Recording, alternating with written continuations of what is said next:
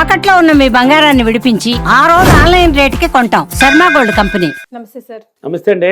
ఈ రోజుల్లో పిల్లలు ప్రేమ వ్యవహారాలు చాలా ఎక్కువైపోయిందండి యువతలో.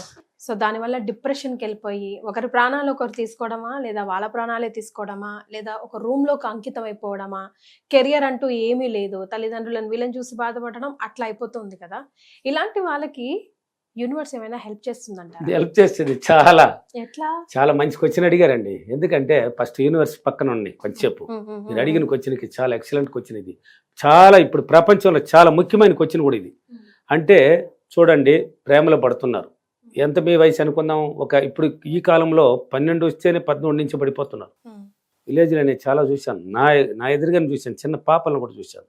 సరే అలా అయిపోయింది, సరే ప్రేమలో పడుతున్నారు, ఓకే, లవ్ అయింది, ఓకే అంటే లవ్ చేస్తున్నారు. చూడండి, బాగా చూడండి, లవ్ చేస్తున్నారు. అతను ఎవరని తెలియదు, మీరు ఎవరని ఆయనకి తెలియదు, ఆయన ఎవరని తెలియదు, కానీ చూశారు ఏదో ఒక ఆఫీసులో లేదా పోవడమో, కాలేజీకి పోవడమో, దారిలో పోవడమో, ఏదో ఒక పరిచయం మీద క్లోజ్ అయిపోయినారు, లవ్లో పడ్డారు. అతను ఏదో ప్రేమించలేదనేసి లేక ఏదో కొన్నాళ్ళ తర్వాత అతను ఏదో విడిపోవడమో, దాంట్లో మీరు మైండ్ మొత్తం డిప్రెషన్లోకి వెళ్ళి సూసైడ్ చేసుకుందామా, లేకపోతే ఏం చేసుకుందామా, ఎట్లా అని దాన్ని పదే ఆలోచనలు పడతారు. ఇక్కడ బాగా గుర్తించాలి, ఇంత దూరం కనీ పెంచారు మీ తల్లిదండ్రులు మిమ్మల్ని. ఎంత దూరం, చిన్న బిడ్డల నుంచి చీమ గరుస్తుందా, ఏం బల్లి కొట్టిందా, తేలు కొట్టిందా, ఏంది పాప ఎందుకు ఏడుస్తుంది అని కని పెంచారు, పెద్ద చేశారు. చిన్న వయసులో, నీకు తెలియని వయసులో పౌడర్తో సహా తల దువ్వి డ్రెస్ వేసి స్కూల్కి పంపారు. ఇప్పుడు పెద్ద అయిన తర్వాత నువ్వే మేకప్ వేసుకొని కాలేజీకి వెళ్తున్నావు. కానీ ఇంత దూరం పెంచిన బాగోగులు చేసిన వాళ్ళు నీ మేలు కోసమే కదా చేశారు. ఇప్పుడు ఆ నమ్మకం ఎవరినో ఒకడు ముక్కు మొహం తెలియని వాడిని నమ్మేసావు నువ్వు. ఆ నమ్మకం మీ తల్లిదండ్రుల మీద ఎందుకు పెట్టలేకపోయినావు? అదే కదా చెప్తున్నారు, ఎందుకు పెట్టలేకపోయినావు? ఇప్పుడు కని పెంచారు మిమ్మల్ని, పోయి చదువు కూడా చదివిస్తున్నారు, మంచి చదువులు చదివిచ్చేసారు, ఉన్నతంగా పోయిన వాళ్ళు చాలా మంది ఉన్నారు, అక్కడ ఫెయిల్ అయిపోయి మళ్ళీ వెనక్కి వచ్చిన వాళ్ళు ఉన్నారు. అంటే లైఫ్లో, అంటే ప్రేమలో ఫెయిల్ అయిపోయిన వాళ్ళు. ఆ నమ్మకం వాడే ఉన్నో చూసి వాడి మాటలకి నమ్మేస్తున్నావు, లేక అతని మాటలకి నువ్వు నమ్మడము ఆయన నమ్మడం ఇద్దరు నమ్మేస్తున్నారు. మీ తల్లిదండ్రులను ఎందుకు నమ్మలేకపోతున్నారు? అదే కదా ఇప్పుడు ప్రశ్న. 25 ఏళ్ళు మీరు పెంచి పెద్దగా చేసినందుకు గాను మిగతా 75 సంవత్సరాల మా జీవితాన్ని మీకు అంకితం చెయ్యాలా అంటే చెయ్యకపోతే ఇలా కదా అవుతున్నావు. ఇప్పుడు ఫెయిల్ అయినావు, ఇప్పుడు ఎవరు నీ బాధపడేది? నువ్వు బాధపడుతున్నావు. నువ్వు చనిపోయినావు అనుకో, ఒకవేళ సూసైడ్ అటెంప్ట్ చేసావు అనుకో, నిన్ను కనిపించిన వాళ్ళు పాపం, వాళ్ళు ఏం పాపం చేశారు? వాళ్ళు ఏం పాపం చేశారండి? నిన్ను పెంచింది ఆ పాపం వాళ్ళు. అంటే నువ్వు ఎవరినో నమ్మి వాడేదో మళ్ళీ ఫెయిల్ అయితే లవ్లో నువ్వు ఆ సూసైడ్ చేసుకుంటావు. అందుకే వాళ్ళు పెంచి నీ మీద ఎంత ఆశలు పెట్టుంటారు తెలిసిన. నా కూతుర్ని ఇలా చేయాలి, లేక నా కొడుకుని ఇలా చేయాలి, పెద్ద ఆఫీసర్ చేయాలి, లేక ఈ జాబ్ చేయాలి, మంచి స్థలంలో సంబంధం కుదిర్చాలని ఎంత ఆశలు ఉంటారు కాదా? నిజమా కాదా? చేసి ఉంటారు. ఆ నమ్మకం పెట్టలేకపోతున్నారు. బాగానండి, ఏ తల్లిదండ్రులు అయినా పిల్లలు బాగో కోసమే చేస్తారు, పిల్లలు బాగుండాలనే చేస్తారు. కాబట్టి లవ్ ఫెయిలియర్ అయింది కదా, సరే ఇన్నాళ్ళు తల్లిదండ్రులు నమ్మలేదు, నువ్వే సొంత నిర్ణయంతో ఒక లవ్లో పడ్డావు, ఇప్పుడు అక్కడ ఫెయిల్ అయిపోయింది. ఇప్పుడు ఫెయిల్ అయిందంటే నీకు ఇంకా మంచి లైఫ్ ఉంది అని అర్థం. ఇప్పుడు ఫెయిల్ అయినావు కదా, అతనిలోనూ నీలోనూ సంథింగ్ రాంగ్ ఉంది అని అర్థం. నిన్ను వేరు చేసింది యూనివర్స్ని నమ్మే వాళ్ళకి, పాస్ ఉన్న వాళ్ళకి ఇప్పుడు నీకు మేలు చేస్తుంది అని అర్థం. అక్కడ ఫెయిల్ చేసిందంటే నీ లైఫ్ ఇది కాదు, నీకు ఇంకొక మంచి లైఫ్ ఉంది, ఇతనితో లైఫ్ నీకు సరిపడదు, ఈమెతో లైఫ్ నీకు సరిపడదు అని అక్కడ ఫెయిల్ చేసి నిన్ను వేరు చేసింది. ఎప్పుడైతే ఫెయిల్ అయిందో ఇకటాలించి నువ్వు మేల్కోవాలి. ఇప్పుడు మేల్కోవాలి నువ్వు. ఏమని? ఒక్కసారి వెనక్కి రావాలి, తల్లిదండ్రులు చూడాలి, ఒక్కసారి వెనక్కి రా. మనల్ని ఎంత దూరం పెంచారు పోసారు, మనం తెలియకుండా వాళ్ళకి తెలియకనే లవ్లో పడ్డాం, ఇప్పుడు దాంట్లోనూ ఫెయిల్ అయినాము. ఎందుకు ఇలా జరిగింది? సూసైడ్ అటెంప్ట్కి వెళ్ళకూడదండి. మానవుడు ఎప్పుడు కానీ ఈ భూమిపైన పుట్టాడంటే కారణం ఉంది. చనిపోవడానికి పుట్టింది మనం. లేక లేచినమ్మా, తిన్నామా, ఏదో ఒక జాబ్ చేసినామా, వచ్చినమ్మా, తిన్నామా, పడుకున్నామా, దీనికి పుట్టాము మనం. సాధించి అనుభవించడానికి. దేనికి పుట్టాము? పిచ్చిగా సాధనలు. ప్రతి మానవుడికి టాలెంట్ ఉందండి. ఇప్పుడు మీరు యాంకర్ అవ్వాలని మీరు అనుకున్నారా? మీ ఇంట్లో వాళ్ళు క్రియేట్ చేసి పంపించారని నిన్ను? అంతే కదా, మీరే కదా అనుకున్నారు. నేను యాంకర్ అయితే బాగున్నా, అది సుమన్ టీవీలో చేస్తే బాగున్నా అని మీరు అనుకున్నారు. కాబట్టి ఈరోజు ఇక్కడ కూర్చొని ఉన్నారండి. మీరు అనుకున్నారు కాబట్టి. ఆ విధంగా ఎప్పుడైతే ఫెయిల్ అయిందో ఒక్కసారి తల్లిదండ్రులను వెనక్కి చూడండి, వాళ్ళు బాగోగలను చూడండి, మనల్ని ఎలా పెంచుంటారు అని. ఇప్పుడు ఫెయిల్ అయింది అంటే ఇంకటానేసి మనం తీసుకున్న నిర్ణయం తప్పు. ఇంకా ఆ తల్లిదండ్రుల మీద సైలెంట్గా ఇప్పుడు తెలియలేదు కదా, వాళ్ళని నమ్మే ఇంకా వాళ్ళే కూడా మనల్ని తిరిగి యాక్సెప్ట్ చేసేది కూడా. ఎస్, నువ్వు చెడినా తల్లిదండ్రులే చూస్తారు, నువ్వు చెడిపోయి వచ్చినా తల్లిదండ్రులు, నువ్వు బాగున్నా తల్లిదండ్రులు, దేనికైనా తల్లిదండ్రులే నీకు తోడు. ఇప్పుడు ఒక పెళ్లి చేస్తారయ్యా, నువ్వు ప్రేమించి కూడా వెళ్ళిపోతావయ్యా, ప్రేమించి వేరే అతనితో కూడా వెళ్ళిపోతున్నావు, లేక వేరే ఆమెతో కూడా వెళ్ళిపోతున్నావు. అక్కడ ఏదో కొన్ని ఒక పాప లేక పుట్టకపోయినా పుట్టిన తర్వాత ఫెయిల్ అయిపోయి ఆ బిడ్డని తీసుకొని ఇంకా ఎట్లా పోవాలని వాడికి నీ గొడవలు డైవర్స్లో ఏదో ఒక మూలంగా దూరం వచ్చేస్తావు. ఎక్కడికి పోవాలని దిక్కు వస్తుంది. అప్పుడు గుర్తొస్తారు తల్లిదండ్రులు. అంతవరకు రారనమాట నీకు, అంతవరకు నీ ఇష్టం, నీ రాజ్యం. అప్పుడు ఇంకా మన అమ్మ నాన్న దగ్గరికైనా పోదామని చెప్పుడు వస్తావు. అప్పుడు కూడా నిన్ను ఆదరించేది వాళ్ళే, అప్పుడు కూడా ఆదరించేది వాళ్ళే. చూడు ఎంత గొప్పవాళ్ళయ్యా, తల్లిదండ్రులు ఎంత మేలు చేస్తున్నారు నీకోసం.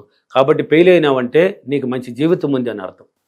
అక్కడ ఎవరైనా ఎండ కాలేదండి. ఎండ ఎప్పుడు అవుతుందంటే ఇప్పుడు ఫెయిల్ అయిన దానికి నువ్వు చనిపోతావా?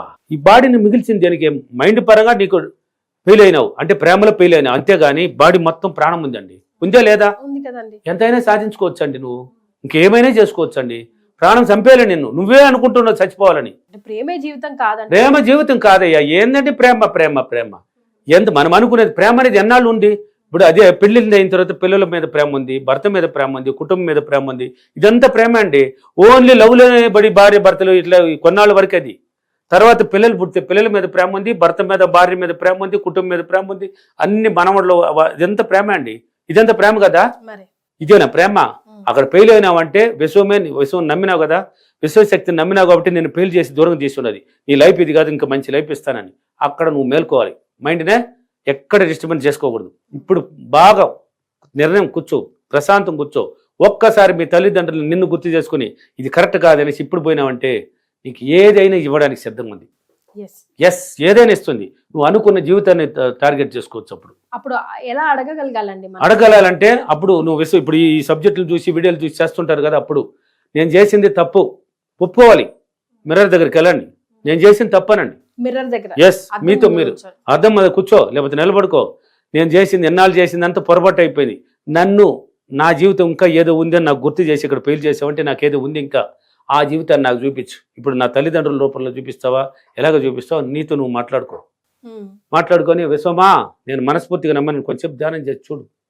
ఇప్పుడు నా లైఫ్ని చేంజ్ చేసి నన్ను మేలుకొల్పేసినావు అంటే నా మైండ్ ఇన్నాళ్ళు కరెక్ట్గా లేదు, ఇప్పుడు కరెక్ట్ దారికి పెట్టావు, ఇప్పుడు చూపించినా అంటే నీకు మంచి దారి చూపించడానికి నేను పెళ్లి చేసింది నేను అని విశ్వశక్తిని ఇన్నర్ మైండ్ ద్వారా కనెక్ట్ చేస్తుంది. మంచి మంచి కొత్త వీళ్ళంతా కూడా పరిచయం చేసి మంచి ఫ్యామిలీలో పోయి మంచి సంబంధం కూడా కుదిరే అవకాశం ఉంది నీకు. అప్పుడు అనుకుంటావు అనవసరంగా నేను దాంట్లో పోయి ఉంటే వేస్ట్ అయిపోయి ఉంటానే, ఇప్పుడు చాలా గొప్ప జీవితం వచ్చింది, కార్లు పోయి యోగం వచ్చింది అంటే ఒక సంబంధం వచ్చి పెళ్ళి అయినట్టు, లేక మీ తల్లిదండ్రులు చూసి చేసినట్టు, లేక మీ తల్లిదండ్రులు చూసి ఒక మంచి సంబంధాన్ని చూశారనుకో, ఒక కారు, మంచి ఇల్లు, అన్ని మంచి జాబ్ ఉన్నవాడు, లేక డబ్బు ఉన్నవాడు వెళ్ళామనుకో, నేనా పోయి ఉంటే ఈ జీవితం వచ్చి ఉంటుంది, నాకు రాదు కదా. అబ్బా ఎంత తప్పు చేశాను విశ్వమా నన్ను కాపాడావని అప్పుడు నువ్వే చెప్తావు. ఇన్నర్ మైండే చెప్పిస్తుంది, పదే చెప్పిస్తుంది. కాబట్టి సూసైడ్ అటెంప్ట్కి వెళ్ళకండి. మైండ్ని ప్రశాంతంగా చేసుకునేటప్పుడు కూర్చోండి.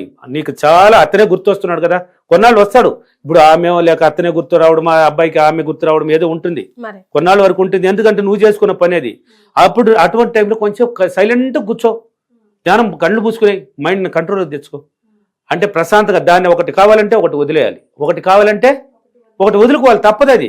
అంటే దాన్ని వదలాలి, దాన్ని వదిలినావంటే కొత్త జీవితానికి దారి పడుతుంది నీకు. దాని మీదనే ఉన్నావంటే ఒకటి జరిగిందని దాన్ని పట్టుకొని పీకలాడుతుంటే నువ్వు బాగుపడే లక్షణాలు ఇంక రావు, వేరే దాంట్లో అడుగు పెట్టలేవు. అందుకని జరిగిపోయిన దాని గురించి ఎనీ టైం ఆలోచించడం వేస్ట్ అని చెప్తున్నాను. జరిగిపోయిన దాన్ని పక్కన పెట్టండి, జరగాల్సింది ఏందో ఉంది మనకి. ఇక్కడ జరిగింది ఫెయిల్ అయింది అంటే ఇంకేదో జరగాల్సింది గొప్పగా ఉంది అంతే. అదేదో అది చూసుకో. ఒకసారి ప్రశాంతంగా కూర్చున్నావంటే నీ మైండ్ ద్వారా ప్రతి అవకాశాలు నీ మైండే చూపించేది, మైండ్ ద్వారా పుట్టుకొస్తాయి. అప్పుడు నీ జీవితం అద్భుతంగా జరుగుతుంది. హ్యాపీగా చేయండి, ఏముంది దీంట్లో?